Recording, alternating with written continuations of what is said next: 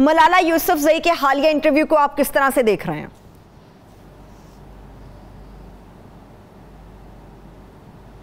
کس طرح دیکھتے ہیں؟ اس نے پاکستانیوں کے دلوں پر ایک زخم لگایا اور پاکستانی قوم کی توہین کی ہے. جو لوگ اس کو لیجنڈ بنانے کی کوشش کر رہے تھے انہیں شرم آنی چاہیے. اب وہ کیوں چپ ہیں؟ اس نے یعنی اسلامی تعلیمات کی اور اس معاشرے کی جو اقدار ہیں جس پہ 1400 سال سے اتفاق رائے چلاتا ہے ان کی توہین اور تحقیر کی ہے. اور یہاں تک کہا یعنی جو فکرہ اس نے کہا میں تو اسے دہرانا نہیں چاہتا. اور وہ یہ ثابت ہو گیا. دیکھیں جن لوگوں نے اس پہ گولی چلائی تھی حملہ کیا تھا انہوں نے تو بہت بڑا ظلم کیا تھا. اس لیے کہ ہر ایک کو اپنی رائے رکھنے کا حق بھی ہے اور اس کے اظہار کا حق بھی ہے. اور انہیں آج یہ سمجھ آنی چاہیے کہ جب اس طرح کے واقعات ہوتے ہیں تو ہم اپنے بچوں کو مغرب کے حوالے کر دیتے ہیں. لیکن اس نے تو ظاہر ہے امریکہ کی اور یورپ کی مغرب کی خوشنودی کے لیے کہا ہے.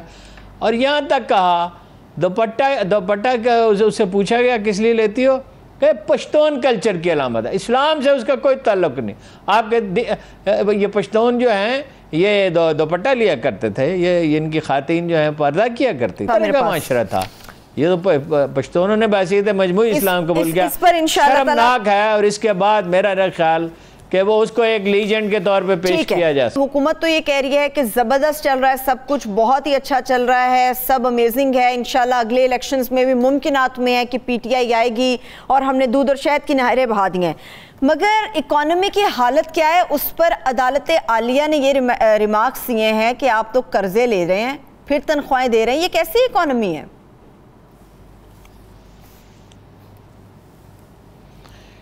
دیکھیے نا اس کے 2-3 پہلو ہیں. یہ تو بات ٹھیک ہے کہ تقریباً 4% شرح ترقی ہے جی اور وہ ایک خوش قسمتی سے کنسٹرکشن کی وجہ سے ہوا. ایک یہ انڈیا اور بنگلہ دیش کے ٹیکسٹائل کا آرڈر کینسل ہو گیا. ایک ترسیلات زربار سے جو پاکستانی پیسے بھیجتے ہیں انہیں کچھ انسینٹو بھی دیے گئے. انہوں نے پیسے بھیجے اس کی وجہ سے کچھ اور عوامل بھی. بہرحال پاکستان میں کرونا اس طرح نہیں پھیلا ہے. یہ بات تو صحیح ہے. لیکن دیکھنا یہ ہوتا ہے کہ عام آدمی کی حالت کیا ہے. جب اتنی مہنگائی بڑھی ہے جب عام آدمی کو یعنی ریلیف نہیں ملے گی وہ سکھ کا سانس نہیں لے گا جابز کریٹ نہیں ہوں گی. اب خدا کر کے کچھ صورت ہے. ایک پہلو تو یہ ہے. اس میں تو اپوزیشن جو اور یا عمران خان سے بغض رکھنے والے دانشور جو فلسفے تراش رہے ہیں وہ صحیح نہیں ہے. مگر عام آدمی کی حالت سدھر نہیں رہی ہے. اب جہاں تک سپریم کورٹ کے تبصرے کا تعلق ہے کہ تنخواہیں قرض لے کے تنخواہیں دے رہے ہیں تو کیا آج سے قرض لے کے تنخواہیں دے رہے ہیں؟ ٹھیک کہا سپریم کورٹ نے. تو سال بیت گئے کہ پورے کا پورا بجٹ جو ہے وہ قرضوں کی ادائیگی میں چلا جاتا تھا یا زیادہ سے زیادہ کہ اس سے تنخواہیں ادا کی جاتی تھی. آپ کے ڈیفنس تک کے لیے تو آپ کو قرض لینا پڑتا تھا. اور اس کی وجہ کیا ہے؟ اس کی وجہ یہ ہے 4 کروڑ اکاؤنٹ ہیں اور اس میں صرف 1 کروڑ رجسٹر ہیں ایف بی آر کے پاس. میں پہلے بھی آپ کو بتا چکا ہوں. اور 3.5 لاکھ کمرشل کنیکشن ہے بجلی کے اور اس میں صرف 40,000 اس کے پاس ہیں ایف بی آر کے پاس رجسٹرڈ. میں آپ کو بتا چکا ہوں کہ ہزاروں آدمی ہیں جو چینی کا ٹھیکیدار انہیں کہنا چاہیے کیا کہنا چاہیے بروکر کہنا چاہیے جو چینی جو ہیں وہ تھوک میں خریدتے ہیں. پھر دوسری سطح پر چھوٹے ٹھیکیدار ہیں ان کا کوئی ریکارڈ ہی نہیں ہے ایف بی آر کے پاس.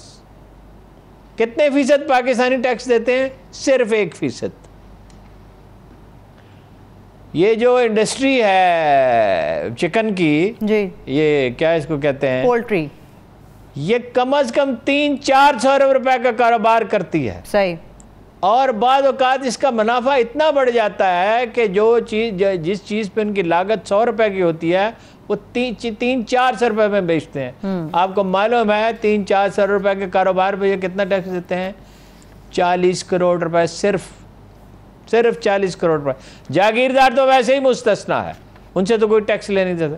ٹھیک. کئی بار میں نے آپ سے عرض کیا کہ 30-40 لاکھ دکاندار ہیں جو ٹیکس نہیں دیتے ہی نہیں. اچھا اب اس کا کوئی سسٹم ہی نہیں. حتیٰ کہ سیلز ٹیکس کا پیسہ بھی کھا جاتے ہیں. آپ نے جوتا خریدا آپ نے ہوٹل میں کھانا کھایا آپ نے کپڑا خریدا آپ نے جو سامان خریدا 17% اس نے آپ سے وصول کر لیا مگر وہ حکومت کے خزانے میں نہیں پہنچے گا. سوال اچھا اب آپ نہیں لے سکتے ایف بی آر میں اصلاح، خان صاحب دعوے تو بڑے کرتے ہیں، ایف بی آر میں آپ اصلاحات کے لیے آپ نے ابتدا نہیں کی، پہلا قدم بھی نہیں رکھا، پولیس میں نہیں کی، اچھا سول سروس میں نہیں کی، پٹوار میں نہیں کی، کسی عدلیہ میں، عدلیہ 120ویں نمبر پہ ہے، شرم کی بات نہیں ہے ہمارے لیے، ججوں کی تعداد پوری نہیں، مجسٹریٹس کی تعداد پوری نہیں ہے، مقدمات کے انبار لگ رہے ہیں، یہ آپ کر نہیں رہے۔ اچھا ہم پاکستانی تمام سہولتیں چاہتے ہیں، ایسی موٹر ویز انڈیا میں بھی نہیں ہیں، بنگلہ دیش میں نہیں ہیں، جن کی اکانومی ہم سے بہتر ہے، 600 بلین کے ذخائر ہیں، ہمارے 23 بلین کے ہیں، 600 بلین ڈالر کے، انڈیا کے باوجود کرونا نے برباد کر دیا ان کو، 7.1% اکانومی ان کی گری ہے، اور کوئی 23 کروڑ لوگ متاثر اس سے ہوئے ہیں۔ ٹیکس ہم دینے کے لیے تیار ہی نہیں ہے بھائی، دکانداروں سے اگر آپ وہ نہیں لے سکتے، سیلز ٹیکس نہیں لے سکتے، ان کی انکم ٹیکس نہیں لے سکتے، اور کیپیسٹی ٹیکس ہی لگاؤ، اللہ کے بندو ایک فکس ٹیکس ہی لگاؤ، تو اس کے بغیر سپریم کورٹ نے کہا ٹھیک ہے، لیکن کوئی راستہ بھی تو دکھانا چاہیے۔ صحیح، کوئی اکانومی ڈاکومنٹیشن کے بغیر نہیں چل سکتی، کوئی اکانومی دنیا میں آج ڈاکومنٹیشن کے بغیر چل سکتی نہیں، اس کا سوال ہی نہیں پیدا ہوتا۔ ٹھیک ہے، اعظم سواتی صاحب نے بھی ہارون صاحب ایک راستہ دکھایا ہے کہ ریلوے کو ہم منافع بخش کریں گے، صرف 9 مہینے دے دے، تمام خسارہ دور ہو جائے گا۔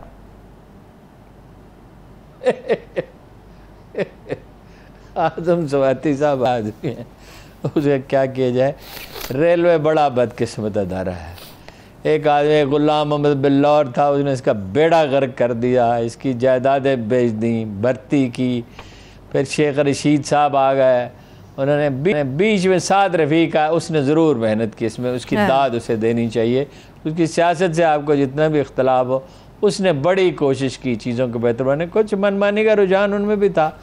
شیخ صاحب نے تو کمال کر دیا، یعنی نئی مسافر ٹرینیں چلاتے جاؤ، او بھائی نئی مسافر ٹرینیں چلاتے جاؤ، مسافر ٹرینوں میں تو خسارہ ہی خسارہ ہے، پیسہ تو صرف بچ سکتا ہے مال گاڑیوں سے۔ اب اس وقت جو ریلوے کے چیئرمین صاحب ہیں، وہ شیخ رشید صاحب ایک اور کام کرتے تھے، آپ کو یاد ہے؟ وہ یہ کام کرتے تھے کہ جمعہ کو چلے جاتے تھے، ہر ہفتے وہاں پہ 2 دن وہاں گزارتے تھے، پریس کانفرنس فرماتے تھے، اور پریس کانفرنس سیاست پہ کرتے تھے، ریلوے پہ نہیں، کہ ان کے پسندیدہ لوگ تھے۔ آپ کو معلوم ہے خانپور سے لے کے سکھر تک اور اس سے آگے تک یہ جو سیکشن ہے، اس میں آئے دن حادثے ہوتے ہیں۔ شیخ صاحب نے حکم دے رکھا تھا ٹریک کی بہتری کے لیے 1 روپیہ خرچ نہیں کیا جائے، 1 روپیہ، کہا میں چھوڑوں گا نہیں اگر کوئی یہ کام کرے گا۔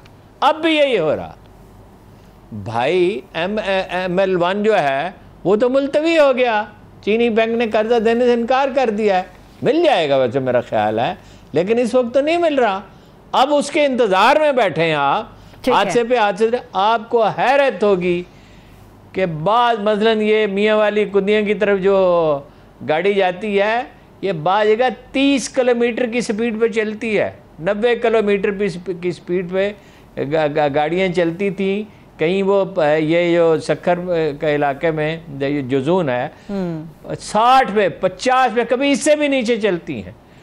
یعنی یہ جو بعض سیکشن ہیں جہاں یہ ہری پور والا جو ہے، یہ 2 گھنٹے پہ گاڑی پہنچنی چاہیے، آخری 2 منٹ ہے میرے پاس ہارون صاحب۔ تو اعظم سواتی صاحب پتہ نہیں کس دنیا میں رہتے ہیں، ٹھیک ہے، ڈی موٹیویٹ وہ لوگوں کو کر رہے ہیں، دھمکیاں وہ لوگوں کو دیتے ہیں۔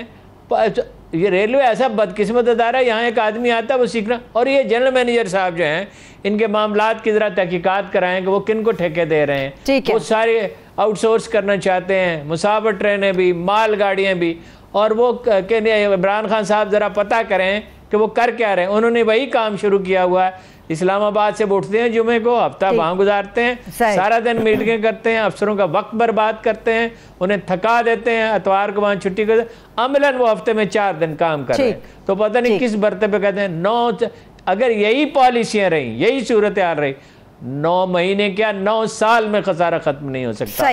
وہ میں کسی وقت تفصیل آپ کو بتاؤں گا، وہ گوادر سے لنک کریں، افغانستان حکومت کے ساتھ آپ کا ایگریمنٹ ہے، سارا سامان افغانستان کا وہاں جائے، کوئلہ سارا اس سے آیا، اب آپ کوئلہ بھی نہیں پہنچا رہے، سیمنٹ سارا اس کے ذریعے جائے، وہ تو پورا ایک طریقہ کار ہے، پورا نظام وضع کرنا ہے، اس کے بغیر ریلوے خسارے سے نجات پا سکتے۔